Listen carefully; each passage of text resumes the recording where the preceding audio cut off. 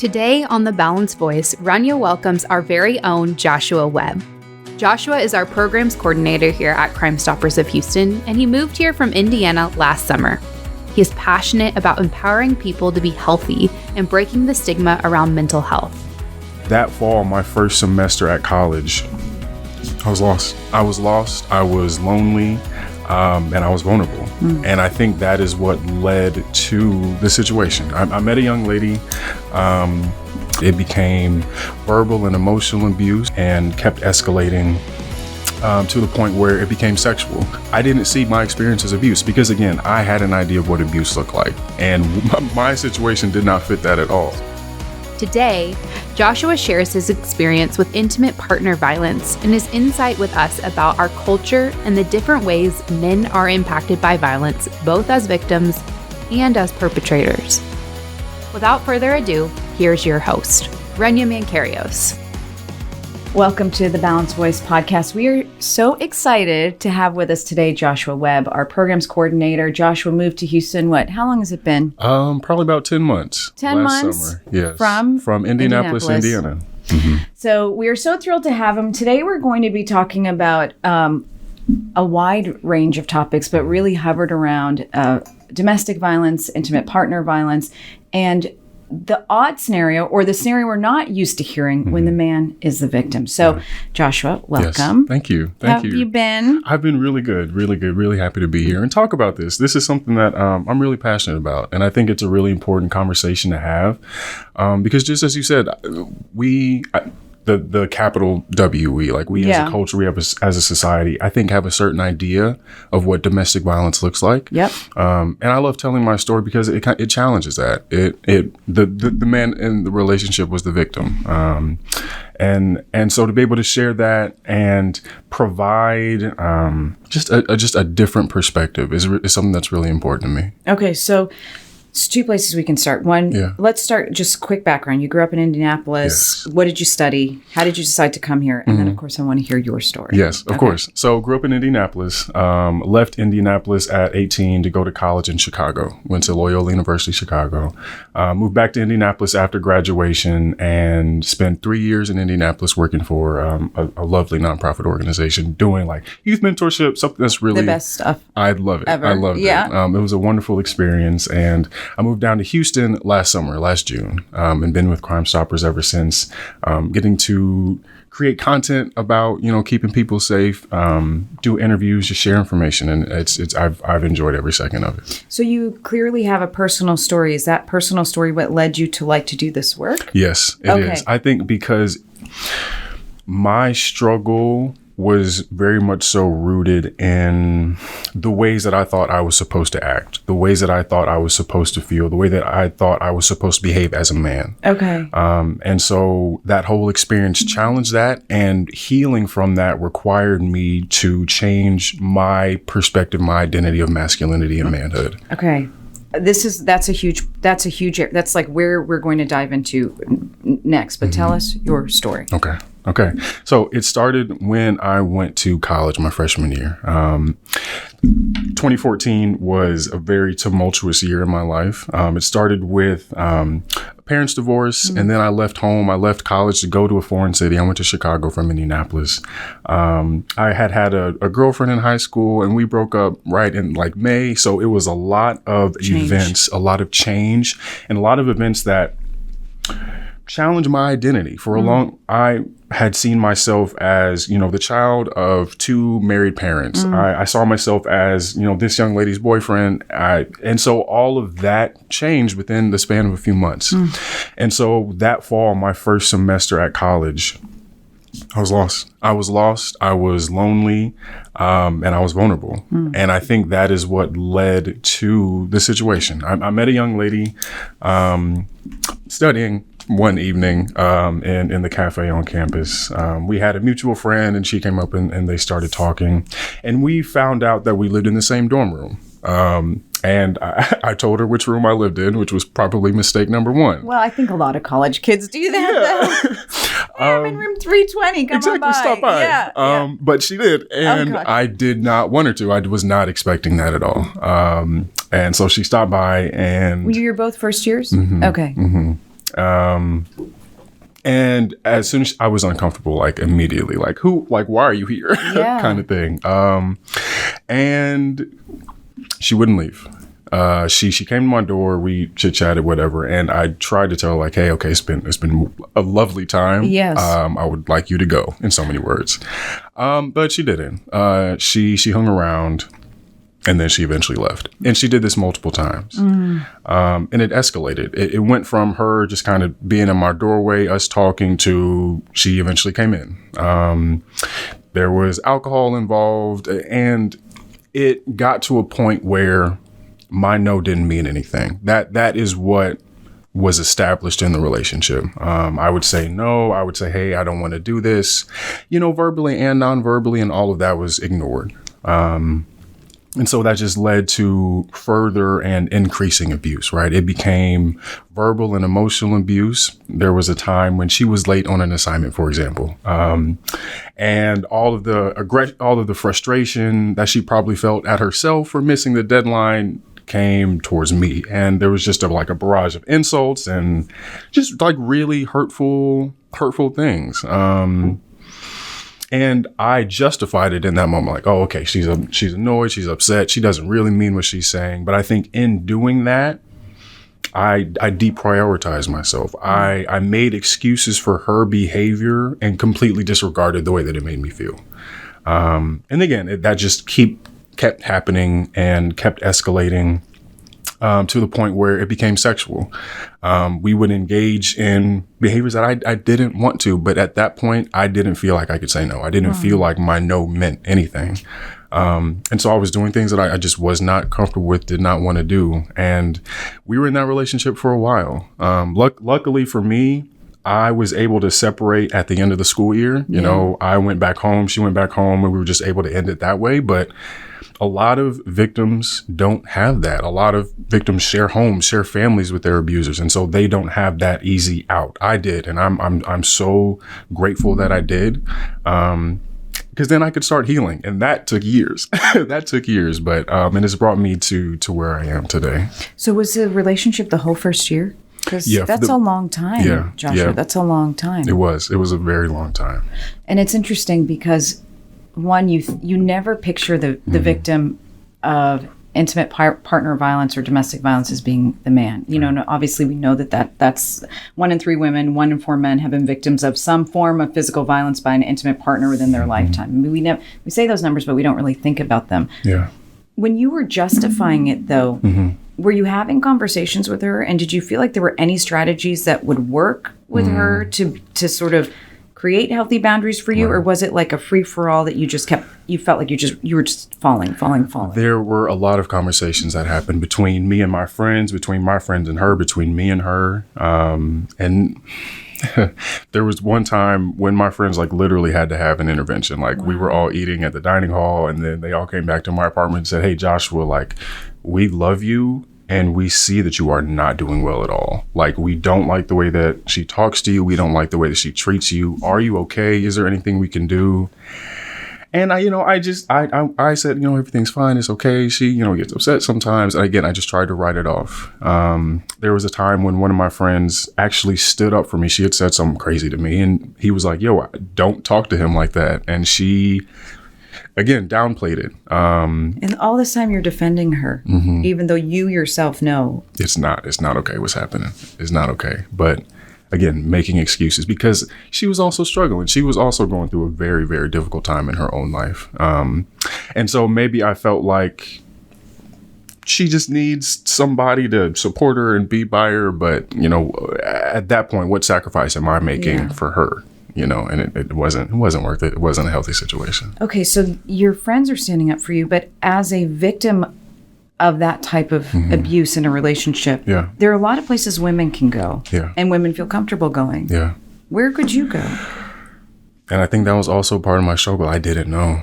I had my friends, And they were such a great resource. Like, I think if I didn't have them, if it was just me and her, I don't know where I would be. Loyola did have a lot of like really fantastic on-campus resources. Another friend actually reached out to them for me on my behalf, and they actually stopped by my door and said, again, Joshua, are you okay? We've heard things that are not going well. And so there were on-campus resources, but I wasn't able to take advantage of them because I didn't name my experience as abuse. I didn't see my experience as abuse because, again, I had an idea of what abuse looked like, and my situation did not fit that at all. So your idea of abuse was punching, hitting, and that it was the man as the abuser. Yeah. And so me, who was having verbal attacks and kind of sexual misconduct, it just didn't click for me as me being a victim of abuse. It's so interesting because in society, so often women who do that are just crazy women, set menstrual cycle, they're crazy, they're irrational, it's never really labeled as abuse. Right. But it literally is abusive. Right. So you started by talking about your manhood and masculinity and having to identify that, define it, or redefine it. Yes. What was that like? It was so hard. It was hard to, first of all, name what was going on as abuse, to realize that I was being harmed by somebody that I trusted and was very close to me. I had to, first of all, accept that. And then I had to realize that I wasn't okay. Like this experience had very real and very negative effects on my self-esteem. Like, I had to realize that I had low self-esteem. I had not really thought about my self-esteem and my self-image in a really critical way. And I had to realize that being in a relationship that was toxic and abusive had very negative effects on just how I perceive myself.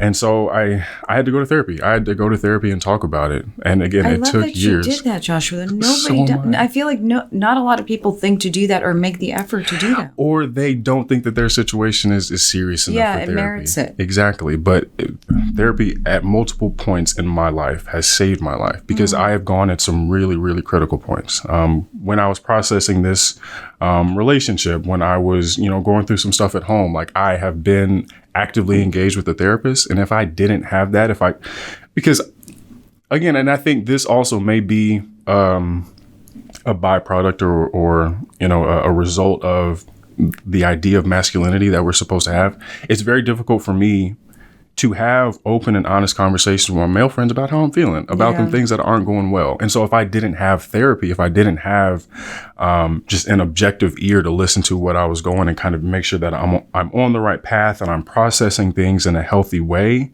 gosh, I don't know where I would be. So wise, because I think culturally a lot of men, turn to drinking, let me just drink my feelings away, or aggression in another way, or taking it out on other sectors of their family, friends, work, whatever.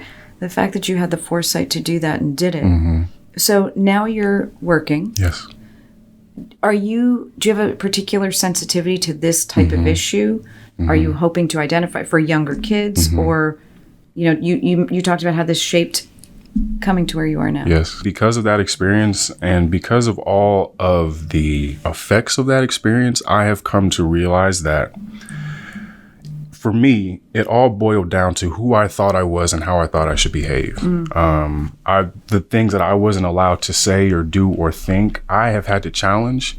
And so it has become my personal and professional philosophy, like, pass these lessons on. Like, tell these young boys that you are allowed to be whoever you want to be, as long as it's a healthy and respectful person. Like, you can wear what you want to wear. You can cry how you want to cry. I think there was another early experience that I had as a child. In elementary school, we were playing a game in gym class, and I was responsible for getting the basketball in the hoop.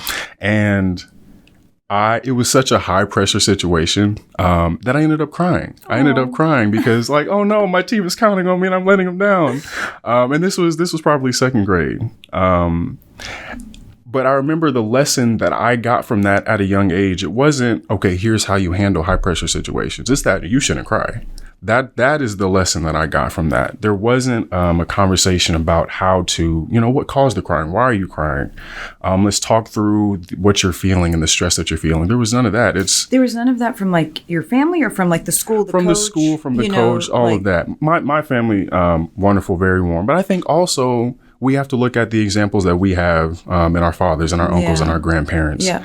I think as time has gone on, I think men are doing a much better job at being warm and emotionally available for their children. But I think it is on us to continue that progress. It's a huge difference generationally. Yes.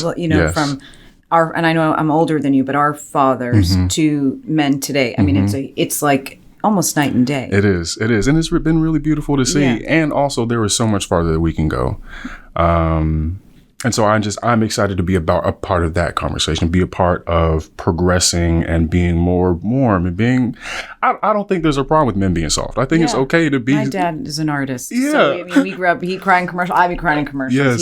He'd, look at something pretty, we'd all be crying. I mean, that's. Exactly. In addition to being a chemist, but he was an artist. So I get that. And I think it's healthy to tap into that, sensitive emotional side. And I feel like a lot of men just feel like they can't do that. Okay. So now if you find yourself like, you mentored youth and you're in schools with Crime Stoppers or you're doing work in the community.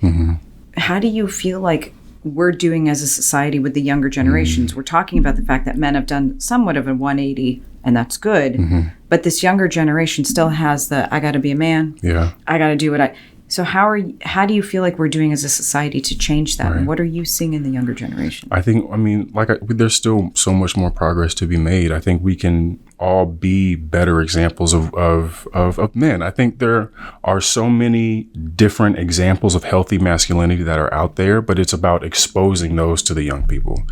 Because they have a certain image of what it means to be a man, the things that they see on TV, the things that they see in video games. And it's hard to be something that is counter that. It's hard to not be the action hero, archetype, right? Or to not want to be that.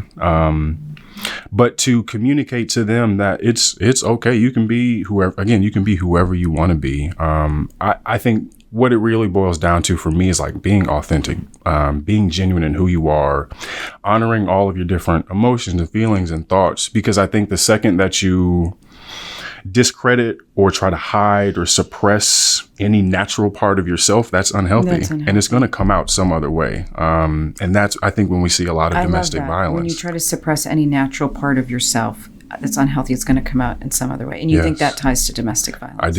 I do, because I think, again, struggling victim and perpetrator. Exactly. Okay. It can manifest as low self-esteem and I'm not worth anything.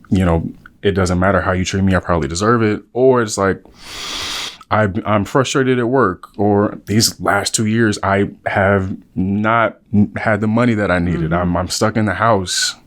And so I lash out of frustration, or I disappear for hours at a time because I'm at the bar. How do we start to develop healthy ways to process these heavy emotions that we all feel, so that they don't become violent? It's interesting because we are a society that's become highly emotional, very sensitive. We're super sensitive to every whim, every feeling, every comment. Yeah. But I don't know that we've actually layered the foundations of our community with strategies. I don't think we have. Now that you say that, I'm like, well, you're right, but what have we done about solutions? Yeah. And I think that's because that's where we have to start. We have to, so we can talk about this, but we have to give people very concrete, okay, how do I do this? Yeah, exactly. I think Crime Stoppers is doing it. Absolutely. But large scale community, it's not there in a lot of ways. And so I think that's why it's important to have these conversations, to have Crime Stoppers in the school, so that we can begin to have these conversations and give young people the tools to become healthy adults. That is what is important to me. A healthy foundation as a person, so you don't grow up to be violent, abusive, giving young men specifically the tools to be healthy, but also intervene when they need to. Because it starts at an early, you see it in elementary school, you see it in middle school, high school, and it's often written off as boys will be boys. Yes. But that is not acceptable when it's violent behavior. And so you're telling boys like, okay, say you have a crush on whomever, how do you appropriately, like, you can't, when I was a kid, I had a crush on this girl and I would trip her all the time because I didn't know. It was like, oh, you're cute, you're fun. Exactly. But yet, culturally, if that girl would come home, or, as women, girls would say, Mommy, little Josh was tripping me. Mommy would say, because he has a crush on you. Exactly. He has a crush on you. But why is that acceptable? I know, you're right. And so starting early on, talking about, there's healthy ways and appropriate ways to talk about consent with young children. Yeah. It's okay if you touch me here. It's not okay if you touch me there. Again, giving our children the language, young men, friends, young boys talk about a lot of things. And it's, again, written off as locker room talk or whatever, but it has to be stopped at that point because a lot of times it doesn't just stop at the language. The language is indicative of some thoughts that are already happening in the head. And so it has to be challenged at that moment or as soon as possible so that we as a society can communicate that's not acceptable. It's not okay. Right. So when you look at society, the younger generations, you talk about role models and strategies. Do we have enough male role models role modeling the appropriate things? And do they need to be cultural? Do I need to see an immigrant female or immigrant male or an African American female or male or a Caucasian or Asian? Do you think that matters? I do. I think we have to have a diversity of perspectives. And it's not only about, race and national origin. It's about, there are many different ways to be a man, and some healthy, some unhealthy, but all of that needs to be shown and expressed so that the young people can see somebody that resonates with them in some way and begin to mimic that. A healthy way to channel and process and express all that is, naturally within them. And I do think that we, just as a culture, as a society, can be doing a better job of being examples. There are plenty of role models around, but not all of them are positive. Not all of them are healthy. And so it's on us as men, as the adults in the society, as the leaders of the culture, to be that example. And if it's not there, if we don't see it, we have to bring people alongside us to be that example. I don't know why I keep thinking, about role models in society and cultural examples. And obviously, Will Smith and the Oscars is sort of still on top of mind. And I've been fascinated by the discussion about, this is the discussion. I haven't analyzed it personally, but was almost in an abusive relationship in the way Jada Pinkett Smith treated him. And he then lashed out in a moment of stress physically, which everyone said terrible. Then he got up, won the Oscar, and he cried. And people didn't know what to make of his vulnerability. And it's like, we're not giving men a lot of options. It's interesting that, he was a victim. I don't know if he is, but Jada Pinkett Smith hasn't treated him well. He's sort of in an abusive relationship, but we're going to toss that aside. To he was overly aggressive. To he was an emotional mess and didn't know how to handle it really highlighted a lot of issues that are sort of playing in different pockets of communities right now. Because there are a lot of competing ideas of what it means to be a man. Yeah. There are some people who applaud Will Smith for what he did. Like, he's standing up for Jada. He's protecting Jada. Yes. That's exactly what we need our men to do. That. Yes. And then you have people saying, like, no, any display of violence like that is unacceptable. What kind of example is he setting for the young people? I think you're right. I think it does really kind of encapsulate all of the difficulties around being a man in society and all the different expectations that we have. And that we set for ourselves. A lot of men are saying these things about Will Smith, and it's not fair to blame society or blame women when we as men are just as responsible, if not more responsible, for the ways that we encourage and expect each other to act. And I think it has to be on us to challenge that within ourselves, within our friend groups, within our families. And I love that people like you are doing just that at organizations like Crime Stoppers of Houston, where we offer so many services and reach so many different communities, kindergarten on up until you name it, to the elderly community. Joshua, what do you think? I mean, what's your sort of hope on where we're going? Progress. Because we have seen it. We have seen a change in men. We have seen a change in the way men behave, the way that we interact with other men. When I was a kid, it was weird to tell your friends that you love them. Now I tell my male friends I love them all the time. Yeah. God, I've been telling everybody I love you my whole life. All the time. Yeah. Everybody. Starbucks when I'm like, I love you. Have a good day. She's like, what? Oh, God. But for a lot of men, but you're right. It's still uncomfortable being Very that, much so. like emotionally open and culturally vulnerable. too, I think it depends on the culture. I Yeah. know my husband, being an Arabic family, it's like the men don't say that as freely as the women do. We're telling everybody they love them. And then, so what does that cause? That causes, there is some distance between men, and we can't have those open and authentic relationships that we all need. It's a part of being a human being. Like, we need people to love us and to be around us and to be in community with us. And so it takes a lot of courage. If you want to be a man, have some courage to tell your friends you love them. That is the message of the day, folks. That right there is the message of the day. Because again, we have to be there for each other. We have to be positive examples for each other. We have to check each other. We have to hold each other accountable. There are plenty of examples of toxic and unhealthy men. And there are plenty of examples of healthy, positive, loving men. And it's on us to elevate the good ones and openly and publicly challenge and say that the negative examples are bad. Well, we love the work that you're doing here at Crime Stoppers, Joshua. We're so thankful that life brought you to Houston, and we look forward to all the work that's ahead. We thank you guys for joining us for these conversations on the Balanced Voice podcast. Joshua, thank you again. Thank you for being our special guest this week, and we'll see you all next time. Take care, everybody.